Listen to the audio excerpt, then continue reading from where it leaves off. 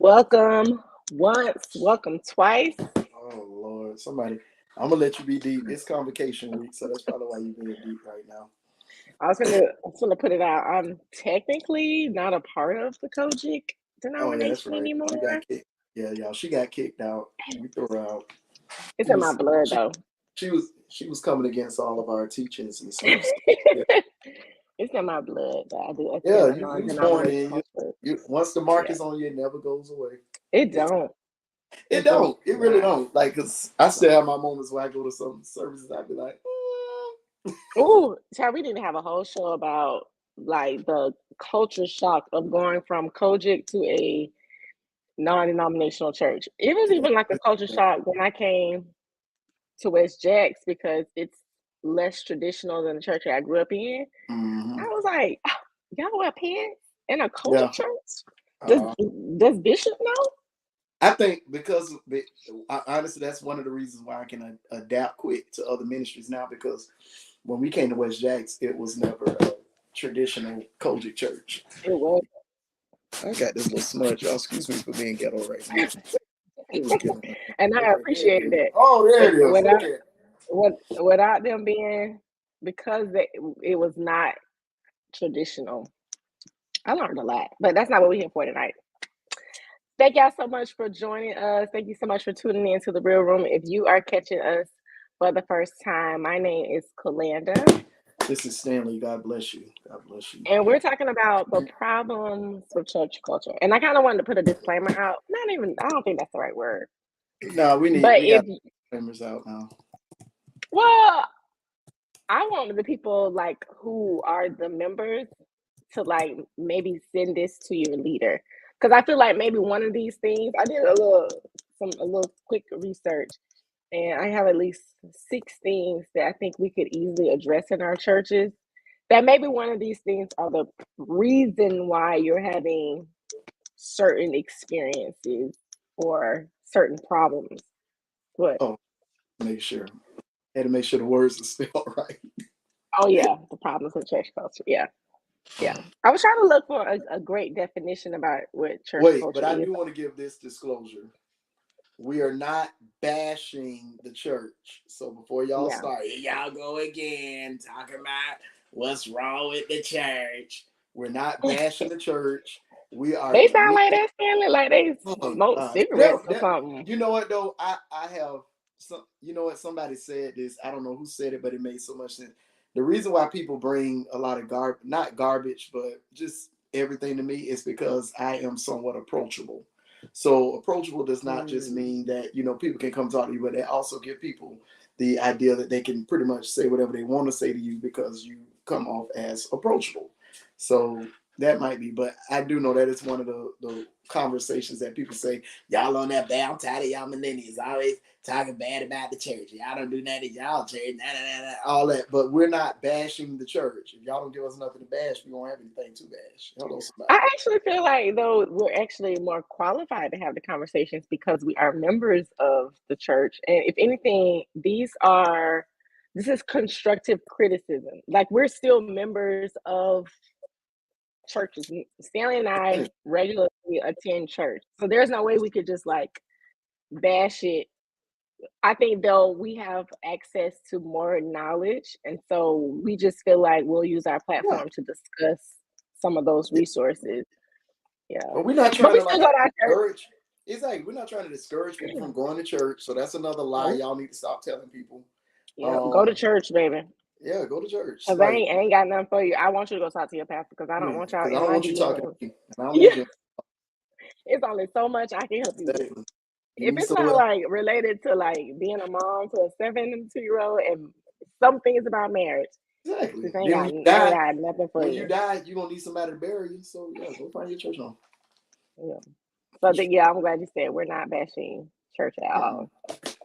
So don't come on here with that mess in these comments because Yeah, you we're might be so faithful wrong. members, Exactly. faithful tithing members of our churches, and our leaders know about our ministries.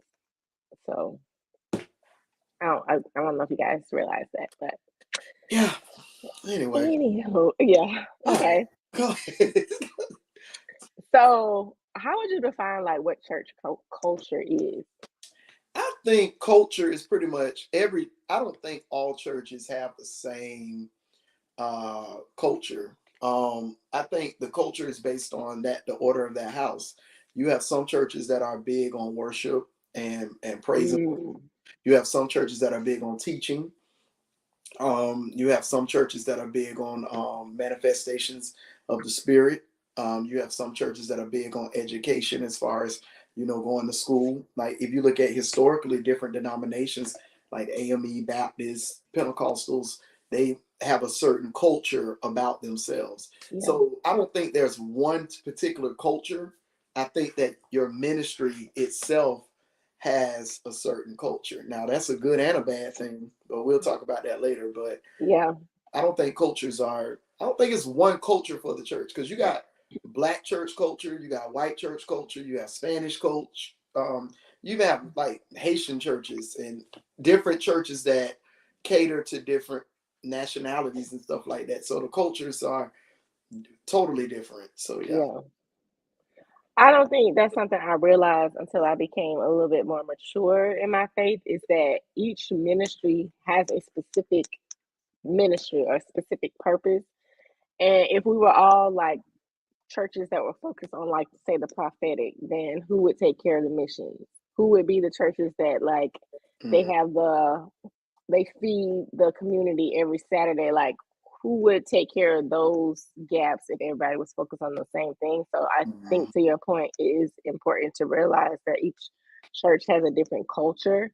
The other thing I think we don't realize is that I heard somebody say this. I think it's in like one of Lecrae's new songs, but he talks a lot about the westernized culture of church versus how it is in the East. mhm, And because of like geographical location, we can have the tendency to decide that our interpretation of church culture is correct.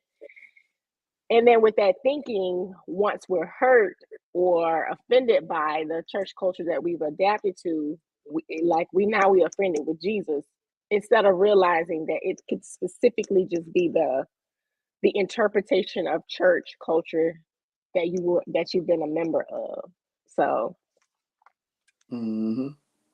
Yeah. uh, And I think that's because I remember I put this question up, and maybe we can talk about it a little bit later.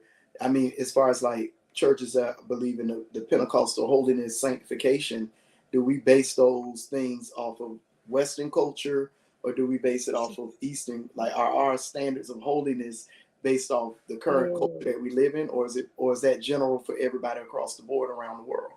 So, like you said, there are different types of culture on the Western culture and the Eastern side. So yeah, yeah, it's gonna be interesting when we get to heaven and and the Lord say, "I never told y'all to stop doing that." heaven may not have a shout track, and some of us can't have church unless we shout it. It don't feel like we had church Mm-hmm. until we shout. Yeah. Right. I kind of feel like that one time we went to that conference, and I mean I've been at churches too where I feel like, oh, this is too quiet for me, but they walk away just as full and just as, Oh, you talking about when we went to Indiana? yeah, yeah. But That I've was a been different, yeah. But even that was after that, different. it's like I felt so in love with God after that. Like we didn't shout enough. Like when we came back, we was just like, God, I just love you. It's like maybe because we have all the loud music in the shout track, we can actually like hear him speak. The Right. music wasn't so loud. Because it was y'all listen, it was this man that testified about how the Lord had healed him. Like he showed us videos of him Yes. like, like this man looked like death. Couldn't keep like he could I mean, and he was telling us this story. So when he got finished, everybody was like, I'm sitting here like Yeah, we was like, I was this in there could not have been a black crying. church. Yeah, So we would have went up. yeah, yeah. We would have went all the way. And if we're not careful, we would interpret that as, oh, they ain't saved. They ain't got the Holy Right. Ghost. Although that could just be their interpretation. They just don't have that outward show of it like we do. Mm-hmm. Yeah. So Ain't that something? I know. I Mm-mm-mm. know. Help us, God. We over here. They ain't saved for real. They ain't say they ain't got the Holy Ghost. Yeah, We run and dance over here. yeah, that's exactly what we say. Yeah, but you don't honestly. Like I said, we base that because and this is the point that I was going to make earlier. When we talk about culture, if we're not careful, it will divide us Yeah, because we'll feel like, oh, they're not saved because they ain't got a Hammond organ at their church, or yeah, the preacher don't hoop when he preach, or they're not saved because they shout and dance. They don't listen to Christian music. They listen to gospel music. Why is that even a difference? That's a question I probably never get the answer on. But stuff like that. And if we're not careful, our cultures will cause us to further divide instead of finding a way for us to work together and adapt to each other. So and one thing I learned with Shakers, like if anybody go back and look at a lot of the pictures and stuff that we did with Shakers, we've always tried to open the door for other nationalities. Like yeah, I want to say every year, except for the first year, but every year we've always had somebody that wasn't that of a different nationality that preached. And I intentionally did that because I just believe that the gospel is for everybody. And we can't get so stuck in our zones. And what be so crazy is the greatest anointing really come on the night. I hate to say yeah, this, but it's yeah, like when the ones that ain't black preach, you feel more of anointed. Not saying that the ones that are black are anointed, but it's just something about when we come together and forget about our cultures and we blend together. That's Pentecost. That's what happened on Pentecost. So yeah, yeah. I don't need these statistics you got because I know you Oh, they're research. not. Yeah.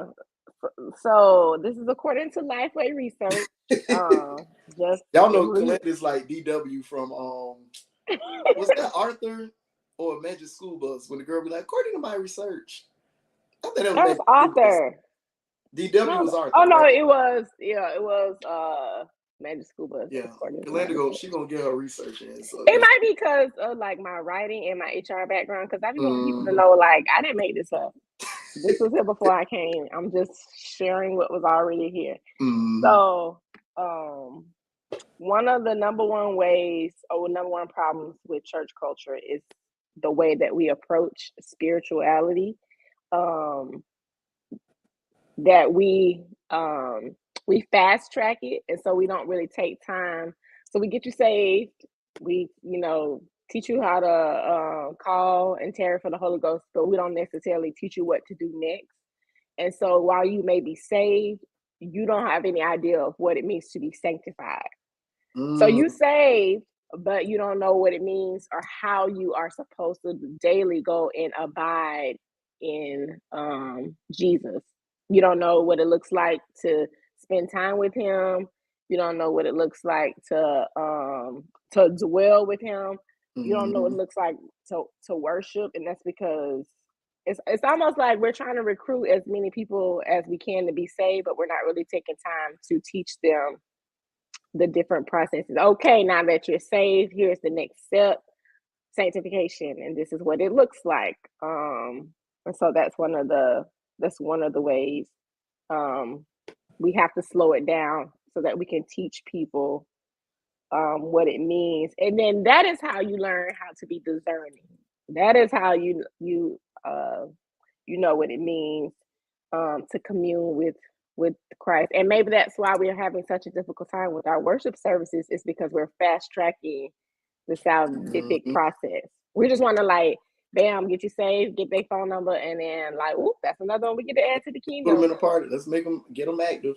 Don't take Yeah, but we're not really spending any time, not really considering the fact that, okay, yes, you came here today and you got saved, but you got to go back home, and whatever like struggle you came with is gonna go back home with mm, you unless we teach you like, okay, now the next step is sanctification. And when I was growing up, uh tarrying for the Holy Ghost was a whole separate thing. So you got saved, and then now we have to tarry for the Holy Ghost. mm. There wasn't an understanding that at the point of salvation. Is when you receive the Holy Ghost. Yeah. Because the Bible says that nobody can say Jesus is the Lord except the Holy Ghost gives it to him. So when you Yeah. get saved and you confess that Jesus is Lord, that's one of the works of the Holy Ghost. Yeah. So now I think what it was is they were waiting for you to speak in tongues and all of that. That came as you progress with your walk with the Lord. But some people it did happen initially, but to be honest, there's some people that it happened later, and there are some people that it never happened to, but that don't mean they don't have the Holy Ghost. Yeah. So yeah, I told I was talking to my daddy today, and he said that though. He was like, well, one of the things he said was, I give my dad a shout out the real Elder Platts, as y'all call him, the real Elder Platts. No, that's not what they say, Stanley. Yes, they Real? be like, how you doing, Elder Platts? I'm fine. Okay, now how the real Elder Platts doing? Like, really? So Oh, disrespectful. man. Church culture. That's church culture. But anyway, I don't know why my eye feel like it's crying. But anyway, it must be allergies. But anyway, my dad was saying, he pretty much said the same thing. He said nowadays we become so focused on being the self-help, the motivational speaker, the therapist, which is nothing, none of that is bad until we forget the point that we're supposed to disciple these people. Yep. And like you said, we're so quick to, anybody want to be saved? Okay, nobody want to raise their hand. Anybody want to join the church? Okay, people join the church. All right, get the information and take them in the back, and we're going to get you active in the ministry. We don't know if this person is struggling with stuff. We don't know if they we don't even know if they actually saved. They probably just joining the church. Yeah. Or, stuff like that. So we do got to do a better job at making sure that we disciple people, because at the end of the day, it's great to have all of this materialistic stuff. However, if your soul is not prepared to see Jesus, Yeah. remember Jackie McCullough said that. She said the responsibility of the preacher or the pastor is to prepare people for eternity. And if we're not preparing them for eternity, we're not doing our jobs. So Is that because we're more interested in like basically trying to recruit volunteers for our mission versus trying to, as Pastor Scale says, populate heaven? to be honest, oh Lord. Oh Lord, you better get in trouble. I can tell already. I'm going to withhold my comments. Bridle my tongue, Lord. Let me find this. To be honest, if we're not careful, evangelism will become a numbers game. To the point where you're trying to see how many people you got this Sunday, how many people you bringing in. And we equate church growth to how many people are filling seats.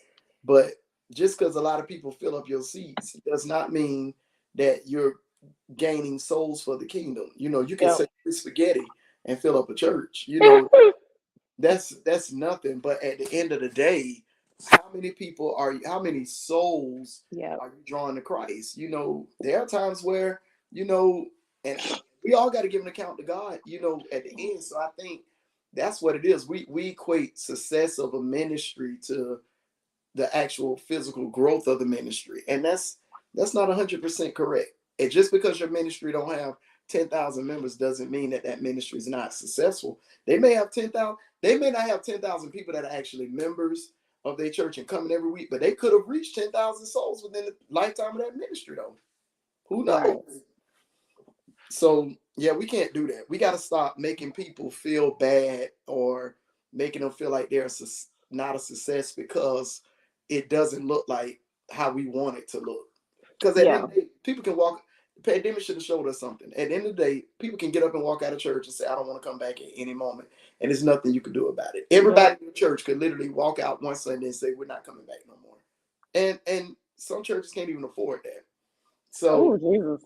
Yeah, so so I get it. It's a numbers game for some ministries. You have to have so many people there because that amount of people bring so much money, and you got to keep the lights on. You got to keep payroll. You got to, this and that and the other. So I get it, but at the end of the day, your main objective should be winning souls for the kingdom, and those that the Lord has assigned to you, your objective should be feeding them with wisdom, knowledge, and understanding, like the word says. I think we have to go back to, and I get it, because I have a nonprofit organization, it's not a church, but I understand wanting the Lord to send help. I guess what I have appreciated is that I don't want anybody in the way. So I feel like we should focus more on Lord, send the right help, or and less about, okay, well, this means I got a huge following because I have all these people who showing up, but they're not returning pay. They're not participating in offering. It's the same people doing all of the events or serving in ministry. And so you're right. We have to not get caught up in the numbers game. Yeah, disciple these people. You know, hey, I know you've been a member here, but you know, have you received the Holy Ghost since you've been a member here? Do you You'll be think the Lord is surprised. gonna hold leaders accountable? Like, is it enough to lead people to salvation and not disciple them? No, you should disciple them. That's why most ministries have, well, should have, you know, new members, you know, stuff like that, because you need to make sure that, and this is what people got to understand. When you get saved, a pastor friend of mine said this. I ain't gonna say his name, but a pastor friend of mine said this. He said he believes that when a person gets saved, they need to go through therapy, because you're literally trying to change from one lifestyle to another Right. overnight, and that could be a lot of pressure and somewhat traumatic. Like, you're trying to change from this person to that person, which, you know, of course, with the power of God, you can change, but you're still gonna have the struggles and temptations and stuff. And I think before we start giving people titles and putting them over stuff, we need to give people time to evolve into what God has called them to be. Like, I could be saved today, but that don't mean you're gonna slap a collar around my neck tomorrow and all of a sudden I'm preaching. You know, Yeah. like I told somebody the other day, just because you got a collar, that don't mean nothing. You dogs wear collars. We don't call our dogs Elder Pitbull. Come on, Elder Pomeranian, Elder Great Dane. You know, German Shepherd. We don't call them elders. They Right. wear collars. Just because Don't you do wear a that. collar don't mean nothing. I'm just Lord, saying. So, please. and I'm an elder too, and I say the same thing. Like, hey, It don't mean I nothing. get it. Them rings don't mean nothing. Cause yeah, That they mean nothing. buy them at the That don't store at mean the nothing. center of the mall. And what I'm learning is the problem. One of my problems with church culture, and I'm about to mess up. I don't know what's coming on me right now, but I'm about to mess up. But one of my problems with church culture is we are so quick to put people in positions that have not spiritually developed yet. Just because you give them a position, that is not going to encourage them to mature. That's You're right. validating their immaturity when you give them a position that and they're not mature. You're validating. You're saying it's okay to be childish, so let me put you over to youth ministry. It's okay to be petty, so let me put you over to music ministry. That's basically what you're saying. When you're not encouraging them to grow, you're rewarding them for their immaturity. That that that's wrong. You shouldn't Yeah. do that. Yeah. And then you pay them. You put them on payroll. That leads us to the next one Oh too. yeah. So that first one we can call it like microwave spirituality. The second one is having no integrity in leadership. Um, the Mm. research says it's better for leaders, like the church culture that changes lives, our leaders, staff members and volunteers who are intentional about living out of vulnerability and they aren't afraid to show their brokenness. That they Mm. remain human and they're transparent about their errors versus you giving out this pristine lifestyle and then we find out later down the line that you got snakes in the, you've been doing certain stuff that we had no idea about. Mm. um so I always tell God this: if I'm ever at a point where I'm living my life to my flesh, I just told God this a couple of weeks ago. If I'm ever to a point where I'm living my life where my flesh is out of control, close every opportunity. I I know tell that's you, right. Don't have I'm me out here serious. Don't have me out making here a because I'm fool out not, of myself. and I'm not going to make a fool out of God. I'm just going to be Yeah. honest with myself and be like, you know what? Let me sit my behind down, and I don't need nobody to sit me down. I'll sit myself down, Yeah. you know, and get myself together. But I think because, and you know what though, growing up in church, I will say this: when you're young and you're saved, and there's a lot of pressure on you to live up to these standards. Like, for instance, I started preaching at 17, 18. By the point I was 19, I was a minister. 26, I was an elder. So at that age, those are like my prime years. But I had to sacrifice a lot because I kept hearing, all right, now you got to be an example for your peers. The world is everybody watching you. You can't, all right, now you mess up, God going, He gonna hold you account. That's a lot of pressure for a 19-year-old. Yeah. So yeah, I grew up in church, and yeah, my mom and dad, were saved and had us in the church and stuff. But come on, y'all, that was a lot. Nobody Yeah. really asked me in that season of my life, how are you doing? Do you need anything? Are you struggling with anything? Do you need some help? Can I pray with you? Can I? None of that. It was just, all right, now the world is everybody watching you, and if you mess up, all them gonna fall if you fall. That's That's too what much. they say. Yeah. That's too much pressure. It was to scare you into sanctification, but Yeah. if it had been more slowed down, more strategic and intentional teaching, the Mhm. word would have done its job versus Right. And then you it. wouldn't have made so many mistakes Yeah. through that time because you had somebody that could be real with you. And Yeah. I try to be like that now when I see other younger preachers that are younger than me. I try to be that one. I try to be to them what I didn't have, and because I understand it's a lot of pressure out there. So I get it. Yeah. It says, we're still on people who are not, integrity and leadership. But integrous leaders or leaders with integrity strive to be the same person on stage in public as they are off stage in private. They don't mind encouraging people to ask questions and to give feedback. Um, and they are not driven by motives such as a need for power, approval from others, or how the world defines success. And so that's the problem with church culture when they Mm. pretend to be something on the outside that they're not in the inside. I don't think it's intentional though.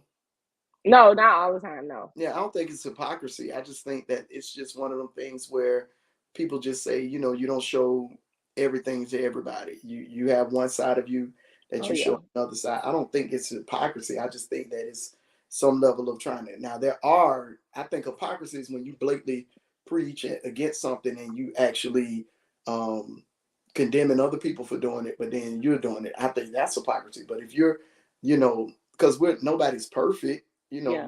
we all have flaws. Come on, Beyonce, we have flaws and all. So Yeah. But I think it happens when if I'm not mature enough to take a position or to be in a mhm, position, but you put me in this position, then I mhm, do have to pretend to be something on the outside that I'm not on the inside. right. That is So, but absolutely. that sets me up for Yeah, it failure. sets you up for failure Yeah, because you wasn't yeah, you just wasn't ready for it. So now yeah, you got to live up to that. yeah. So So the number three way it goes back to discipleship, but it's like on the surface discipleship.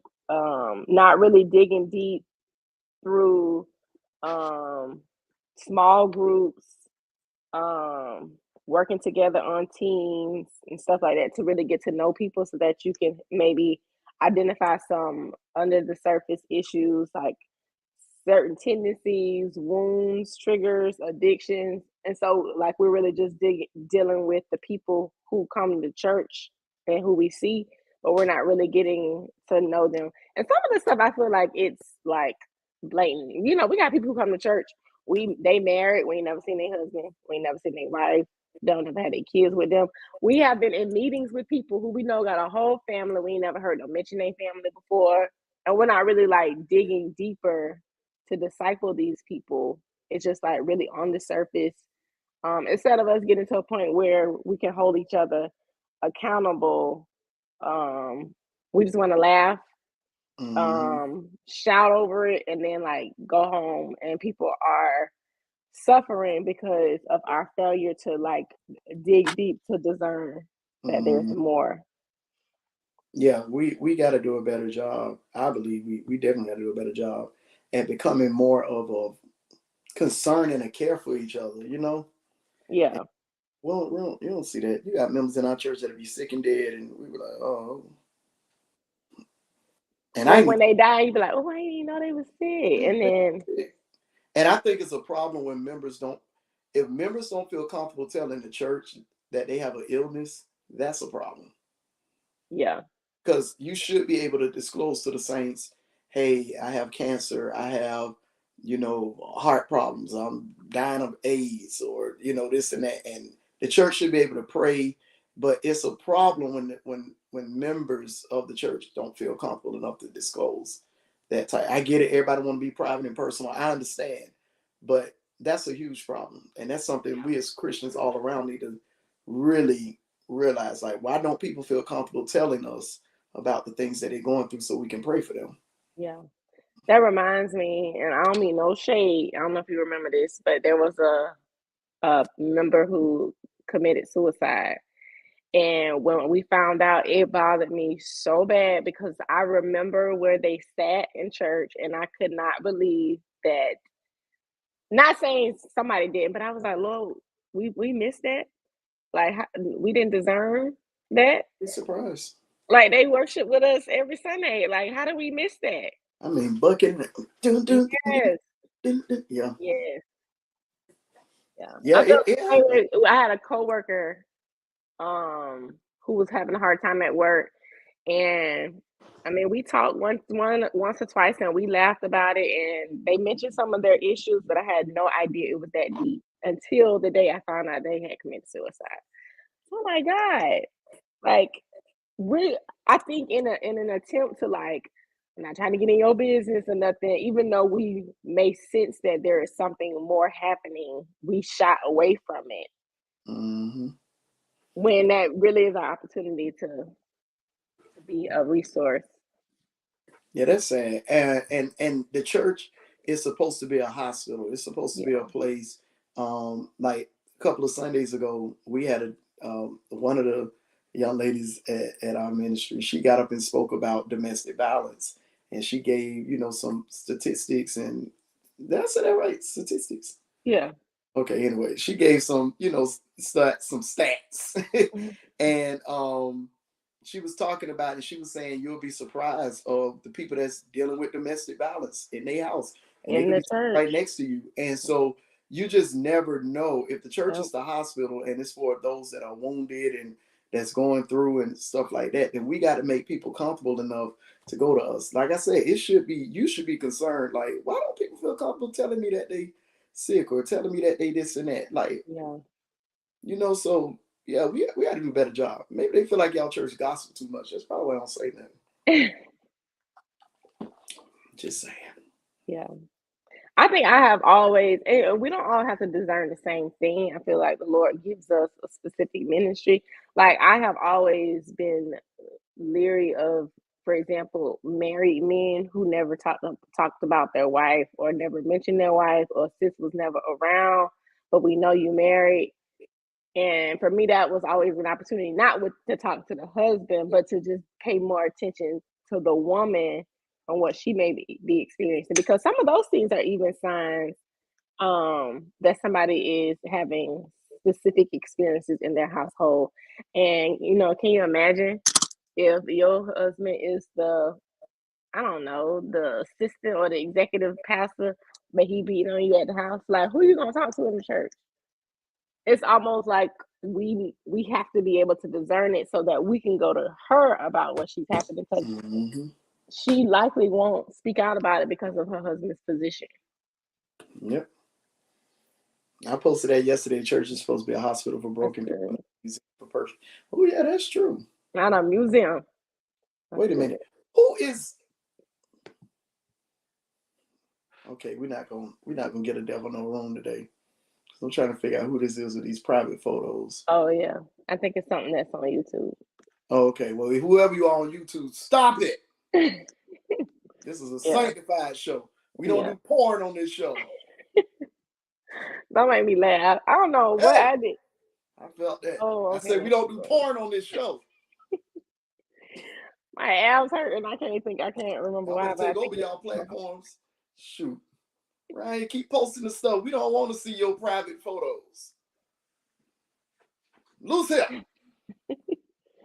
Yeah, and they keep posting it bad, bad, bad. But I blocked it. The Yeah, yeah. 69 triple X. Yeah, all that. Sanctified show. I Loose here. hope it's like a Oh, 13-year-old YouTube demon. kid. I hope it's like a 13-year-old kid and not some 40-year-old man. That's even sicker. Yeah.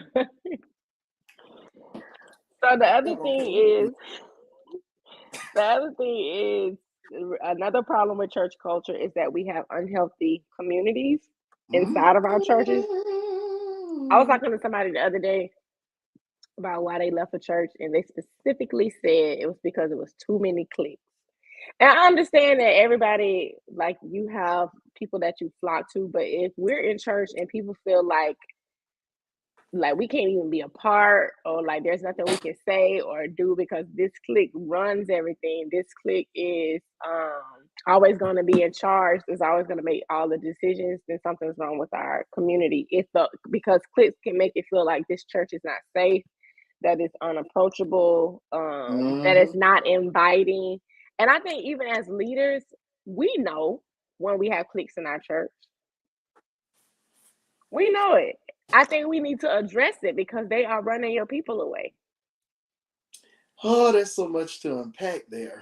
Well, I'm gonna give Bishop a shout out because he has said before when people join the church, he said he has told them To avoid to certain. stay away. Yeah, to stay away. Because I guess you can't necessarily tell people don't come to our church no more, but you can tell the new people like, we're so glad to have you. I want you to watch out for.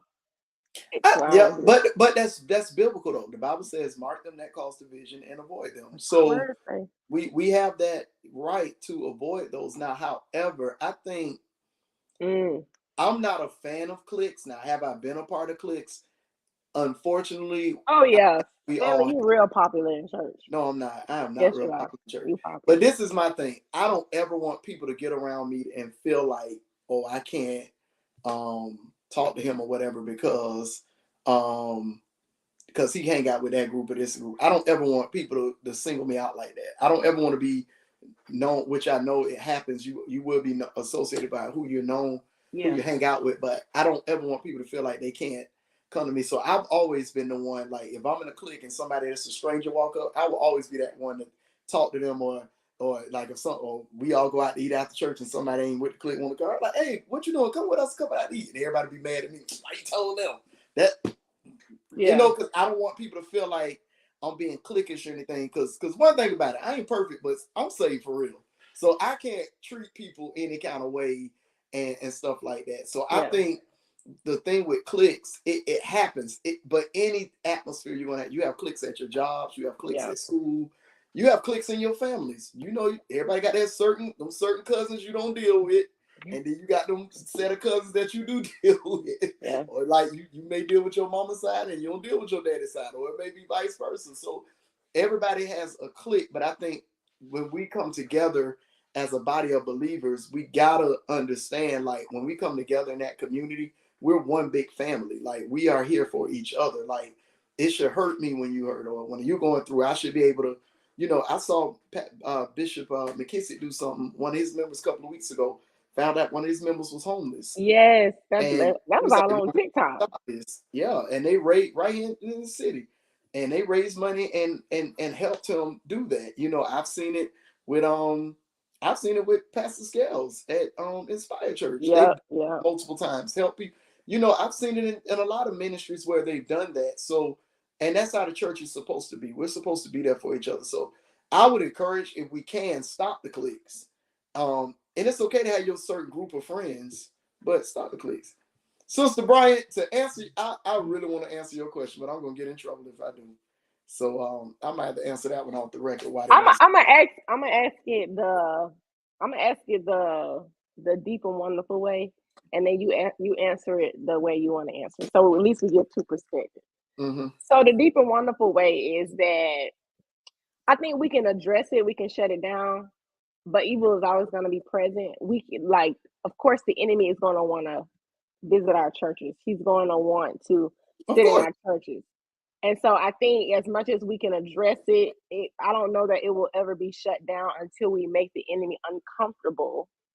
I don't even want to go there. But you see, even now, I watch prophetic voices where they are, like it happened with Bishop Jakes the other Sunday, where the evil spirit came down the aisle and spoke directly to him. So as much as we want to shut it down, this is exactly where they need to be so we can confront it. But okay, that's the deep and wonderful way. What you was gonna say, Stanley? I would say a lot of them don't deal. I totally agree with you. But I also think a lot of them don't deal with it because most of the cliques in the church are mostly the popular people. They're the ones that financially support the ministry. That's true. They're the ones that have a lot of influence and things like that. So you don't really want to say too much to them to piss them off, and then they leave your church. That's Did I true. say that? I wasn't Yeah. supposed to say piss on the real Or they know more than they should know. Thank you. They know a lot about you, so you let them have their way, because Yeah. if so you're gonna tell me I can't? Okay, but what about you? Blah blah blah blah. Yeah. Or Yeah. you have which another thing that I'm noticing nowadays, you have a lot of pastors that are just non-confrontational. They don't want to go back and forth with people. They don't want to argue.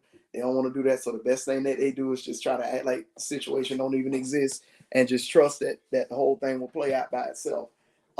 So those are other reasons. But like I said, I'm the type of person, when I notice that I'm in a clique and I'm noticing that other people are feeling like an outcast because of my association with a clique, I immediately break that off and be like, no, we're not gonna do that, because I don't want people to feel like that. So yeah, I would encourage people, if you can, now stop the cliques. Yeah, you're gonna have your group of friends and your certain thing, but it shouldn't be to the point where people feel like outcasts, like they can't come around you at church, like at place where we all worship. Like, stop that. Yeah. Now, we're not saying like you don't feel like you belong because y'all are different. You have different standards. I think that's normal. Yeah. But if you have groups of people who like they run the church, or like, yeah, that's the problem.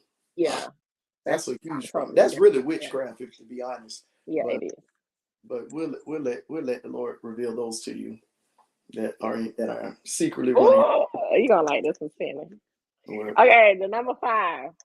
The number 5 problem with church culture is that we lack passionate marriages and people who are actually enjoying singleness. Wait a minute, repeat that again. We lack like members who are passionately married, and then people who are actually enjoying singleness. So what happens is you have people who are married, they don't like each other, and then you have the singles who all they want to do is be married. So they're not enjoying, like, singleness is a ministry. Everybody's not going to be married. Well, that's true. So you have people who are not enjoying their season of singlehood because they are so obsessed with marriage. But then you have the married couples who don't like each other and there's no passion. And then you also, if I can just add one to this, I don't know, but I'm feeling coming over me right now. Not enjoying singleness, Teresa, but like whatever this season has for you. But you also have singles that feel like they can't enjoy their singleness because all the married people are entertaining the single people. Right. Those are problems. I'm not going to pedal tonight. I'm not going to pedal in that tonight. But I do agree. I will say this. By me being single, but see, I'm still in the prime of my life. I'm still young. Don't let these grades fool you. But, so I still can, But by me being single and observing some couples that have been around, it does look like it can come off as, well, what's the point? Because, we never see you and your spouse together.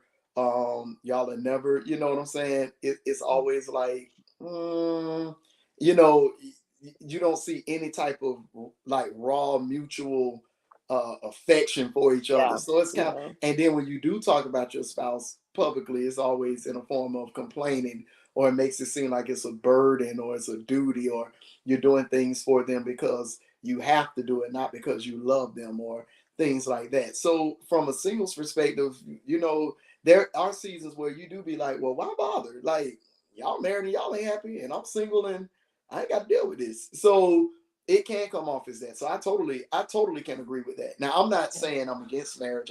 I would love to be married. Yeah. I said that, but am I in a rush to? Nah, not at all. I think the point of the research is that whether you're married or you're single, you're supposed to be an example of God's love. So as a married woman, I show the commitment God has to the church as his bride through my marriage. But then also Paul was saying, this is why I feel like we should, I want all y'all to be single, is so that you can have a like an uninterrupted commitment to the Lord. But because we have more singles who they're not really focused on their love for God. They're more obsessed with trying to obtain love from another person because they want to be married. Mm-hmm. Yeah, it's more like you idolize being married, Yes. but you so focused on marriage, you're not even thinking about yourself. Like, are you a husband? Are you a wife? Like, Yeah. say that. This is why singles ministries and churches are so important. Yeah. It should be more than just the old ladies that go play bingo every Girl, every. don't make me laugh. My abs. It's the truth. Like, like, what do y'all do? Like, do y'all like, honestly? I'm 33, and when I graduated from like youth department, you know, I I don't think, was I supposed to go to singles ministry or something after that? Because I mean, it's like you just don't know what to do. And then when they be like, all right, the singles we going to go to Corral to go eat, you're like, oh, I don't do that. Because it'd be like a bunch of old people that were married, that's widows, that's divorced, that's, you know what I'm saying? Or that ain't trying to be married, that don't Yeah. want to get, so it's like, and they 20, 30 years older than you. So it's kind of like, nah, I'm good on that. I'm okay. And see, when we don't use our those opportunities to minister the way we're supposed to, like for singles, we're supposed to be using singleness as an opportunity to create accountability with Mm-hmm. other people who are living a supposed abstinent or chaste lifestyle when it comes to their Mm-hmm. sexuality. So if we don't have that accountability, so I come to your church, I'm a single person, you don't have like a great singles ministry, I can easily get caught up and not have any accountability. So I can be saved, but I may not be living a pure lifestyle because I'm lacking that accountability. And the same really goes for married couples, like who are struggling with their marriage. If we don't have these ministries in place, because there are no passionate marriages in the church, then there is no accountability for married couples, even when they're going through a tough season. You know how many married couples, like saved Christians with titles, getting divorces because of the lack of accountability for when it gets difficult? Can you imagine, like, you started a whole church and now Mm-hmm. you're divorced? And honestly, the reasons why they get divorced, all they had to do was talk to the right person, Get and the a right lot of help. stuff would have been Yep. resolved. They probably would have still been together. Yep. But if we So, don't have these ministries in place, because I feel like if you don't have a great marriage ministry or singles ministry, your youth ministry probably not that good either, because you're not really like, don't you're seem to not be ministering concerned with to the the phases family. of life. Yeah. Yeah, Yeah. because you're not really ministering to all the phases of life. Like, it's Right. like, okay, we did this. All right, you're on your own. Go ahead. You'll figure Yeah. it out. So I think, we do need to do a better job at that. I mean, as far as ministries in general, like, everybody can't sing, so everybody gonna join the choir. Yeah. Everybody don't want to usher. Everybody ain't people persons. Everybody don't want to, work in the media. There are other ministries that needs to make sure that it's, when people are part of ministries, it's supposed to develop them as well while they're serving. Yeah. So even if I'm in, like, for instance, when I really first started getting active in church, I was working in the media ministry at my former church and at the church I'm at now. And then after that, I phased into doing Sunday school. I taught Sunday school for a long time. And then after that, while I was working Sunday school, I was working with the youth ministry at our church, and then, doing other things. So but every stage is supposed to help develop you and mature Yeah. you while you're going through. So if you don't have a singles ministry or a marriage ministry, it's kind of like saying, well, we don't care about y'all. Yeah. And we really shouldn't be like that, where we know that, you're a good speaker, he's a good leader when it comes to this ministry, but he's a terrible husband, or she's a great leader, praise and worship leader, but she's not living a pure single Mm-hmm. lifestyle, where we're not showing any concern. It goes back to like not really discipling at like drilling down deeper. We're just like on the surface discipleship and not really digging deeper to find out what the issues are, so that people can be leaders above reproach.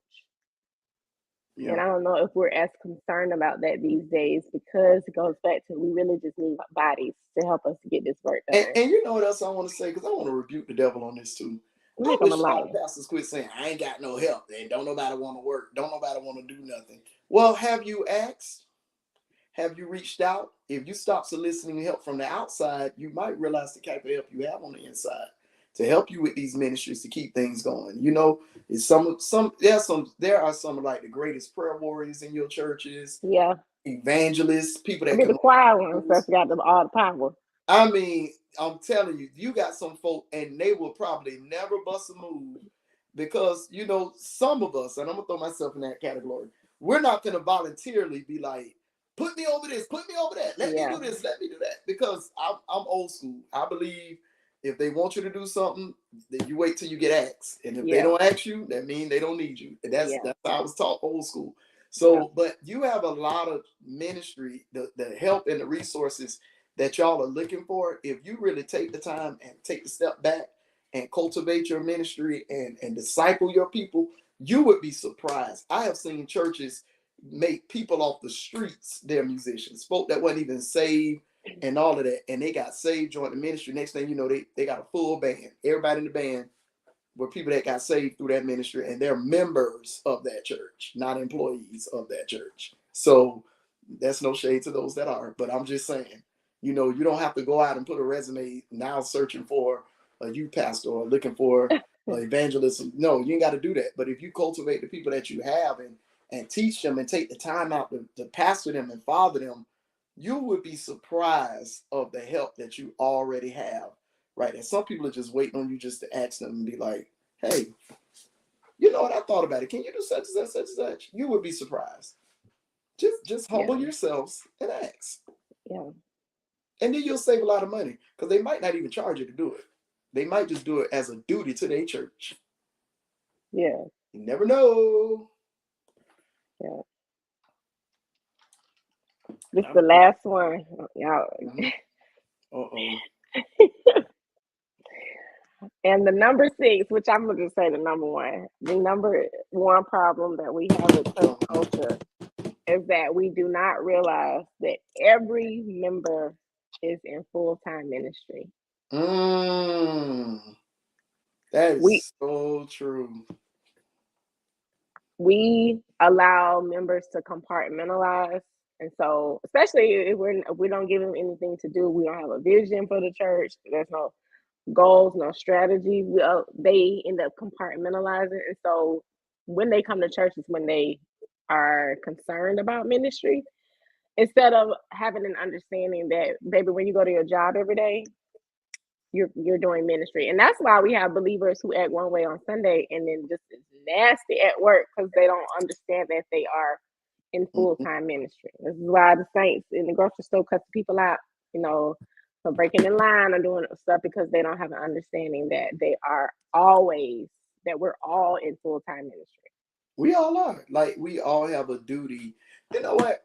My dad made this statement, and if you read your word, you'll realize the only time you hear about Jesus getting upset is when he went to the church.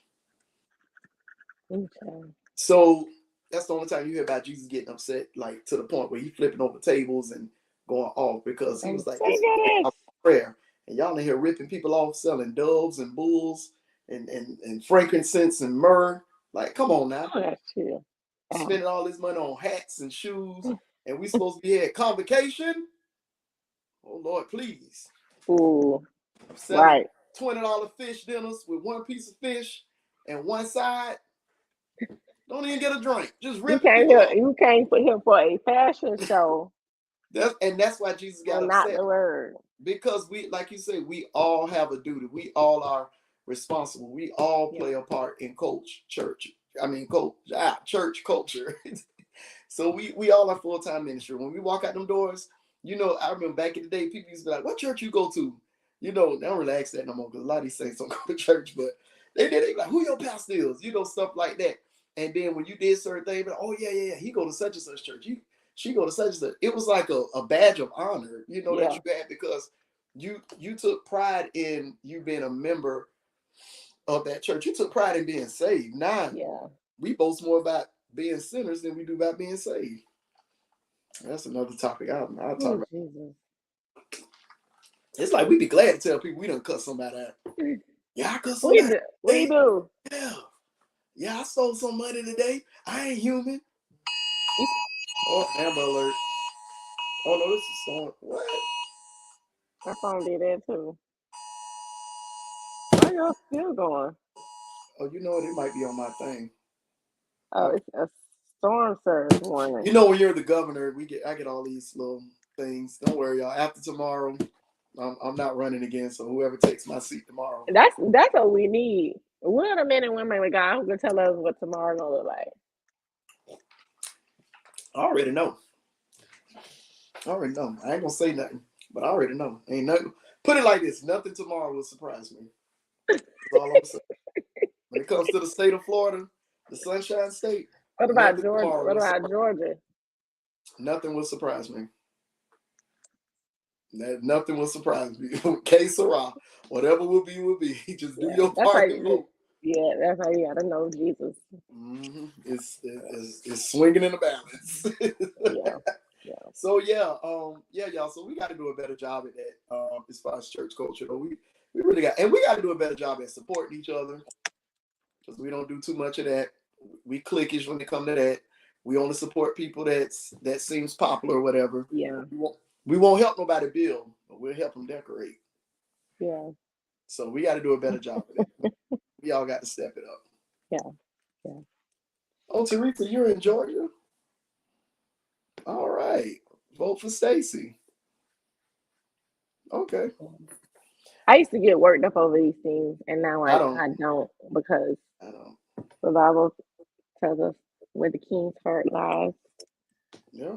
I mean, we could have. Well, I can't say what I want to say. I don't want us to get sued or canceled, but yeah, it could go either way. So, Yeah, because you got somebody in there who look like you, and things still not go your way while they in right, office. right. So So it don't even matter. Like at yeah, the end of the day, all you can do is vote and just trust God and whatever happens. yeah. I mean, this ain't the worst. This ain't the worst that America's been through. Oh right. You're right because I did not when we elected well they elected 44. I was like, oh God, you must be coming back. I just cannot believe that openly this type of person. I just knew he was coming back, and then once his term was up, I was like, oh, you survived it. You kept us, Lord, like you do it, like you've done all the Yeah, other times hell yeah, before. it keeps us like this. Ain't like with the economy like this. Ain't the first time the economy been bad like this. Ain't the Yeah, first time the housing market been bad.